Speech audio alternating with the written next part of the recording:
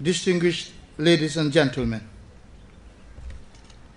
it is a privilege once again to address this esteemed gathering on the occasion of the opening of yet another legal year.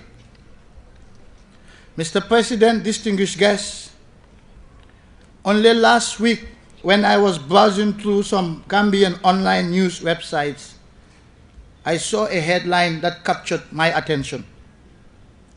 It read, and I quote, "Courts are now very fair. Go to the courts," unquote. A certain prominent Gambian businessman was apparently being quoted by the news report. Well, no one can deny that there has been a marked improvement in the judicial and legal sectors in the New Gambia. The quote from the businessman is only illustrative of the increasing public confidence in the administration of justice system in our country in only 3 short years since the political change that gripped us in December 2016. Of course, there is still room for improvement, and the government will be the first to acknowledge that. But the fact remains that great progress has been made. Greater freedoms, especially in the area of freedom of expression and peaceful assembly, are now a common feature of our democracy. There is no longer detention without trial, and there has been significant reduction in reported cases of brutality or torture, if any, by law enforcement agencies. Institutions like the Gambia Police Force have now established a human rights unit to receive complaints and provide response to reports of abuse and police brutality. Effective civilian oversight mechanisms such as the National Assembly Select Committees or the National Human Rights Commission are now fully operational. Our democracy is indeed taking a positive shape, and we should all be proud that only 3 years on from having one of the most repressive political environments in the world, our country is fast becoming a globally recognized, free, open, and democratic society. The establishment of the National Human Rights Commission and its numerous activities since then underscores the significant advances that this government has made in its governance reform agenda. Mr. President, distinguished guests, unfortunately, our country still has too many challenges, and we cannot, in just 3 short years, resolve all those challenges to the satisfaction of everyone. So our transition from dictatorship to democracy will continue to be fraught with challenges, especially in governance, but we are determined to succeed. We are on course to set a solid foundation for a modern democratic society, anchored upon respect for the rule of law and human rights, and we will do everything possible as a responsible government to consolidate these newfound freedoms and democratic gains which too many have fought and died for. Mr. President, distinguished guests, the past year has been an eventful one, especially with respect to our transitional justice processes. The Janneh Commission submitted its comprehensive report on the financial corruption of former President Jammeh and his close associates, and the government issued its white paper in reaction to the report. The government has since started implementing the recommendations of the Commission for the recovery of stolen and misappropriated monies. The sale of assets and of former President Jammeh's properties is currently ongoing in phases and has already generated hundreds of millions of dollars, and more is expected in the coming months. We will intensify our recovery efforts in the course of this year by using all legal means at our disposal, including civil and especially criminal proceedings against uncooperative culprits. Regarding the Truth, Reconciliation and Reparations Commission, It has been a challenging 1 year of public hearings with a number of shocking revelations and difficult decisions.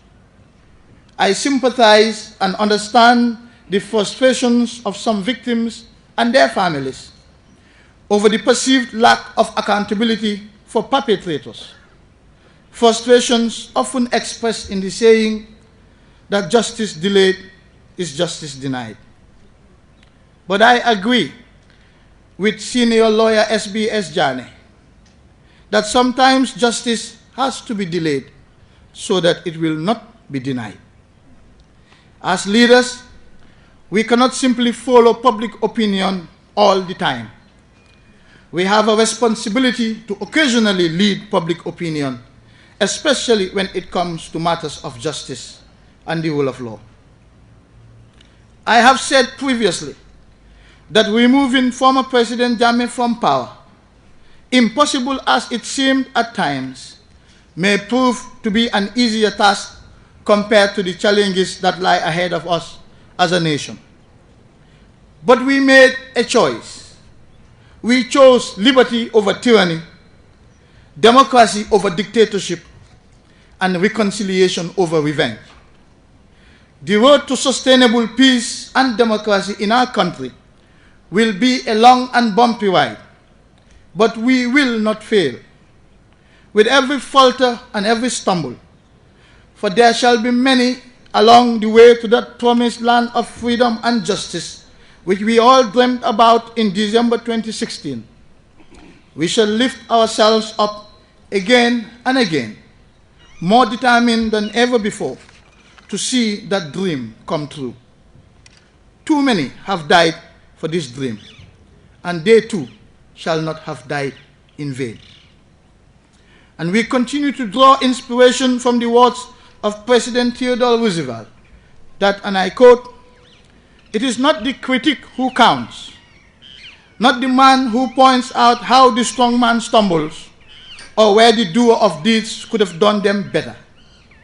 The credit belongs to the man who is actually in the arena, whose face is marred by dust and sweat and blood, who strives valiantly, who errs, who comes short again and again, because there is no effort without error and shortcoming, but who actually does strive to do the deeds, who knows great enthusiasms, the great devotions, who spends himself in a worthy cause, who at the best knows in the end the triumph of great achievement, and who at the worst, if he fails, at least fails while daring greatly, so that his place shall never be with those cold and timid souls who neither know victory nor defeat," unquote. So let me make this clear once again. The TRRC is only a fact-finding investigative process. But unlike other truth commissions elsewhere around the world, ours is the first of its kind with a mandate to identify for prosecution those who bear the greatest responsibility for the human rights violations and abuses. After a year of public hearings, and as we enter into the second and possibly final year of hearings, it can no longer be ruled out that crimes against humanity have been committed in the Gambia between July 1994 and January 2017 under former President Yahya Jammeh, and that those who will be identified by the TRRC will face certain prosecution in the most serious form. There will be accountability of the highest order for these crimes, and I assure the victims that it is now only a question of when and not if. Make no mistake about it. Barring any findings or recommendations of the TRRC to the contrary, if former President Yahya Jammeh ever comes back to this country, he will face immediate arrest and charges of the most serious kind. He will be subjected to an accountability process like any ordinary accused person in this country. and no amount of irresponsible talk or political brinkmanship will prevent this from happening. Meanwhile, the government continues to demonstrate its commitment to the welfare of the victims by making an initial payment of $50 million to the TRRC Victims Trust Fund, part of which was used to provide overseas medical treatment for some victims. Nevertheless, great care must be taken not to undermine or be seen to undermine all the efforts invested in our transitional justice process. We have all worked too hard to throw it all away at the altar of political expediency. History will not judge us kindly if we engage in acts that undermine public confidence in these processes and ignore the pains and sufferings of the victims and their families. And let those who mock at or use threatening or abusive language against the victims be warned. Do not test the limits of our democratic tolerance or confuse our respect for the rule of law with weakness. We will not under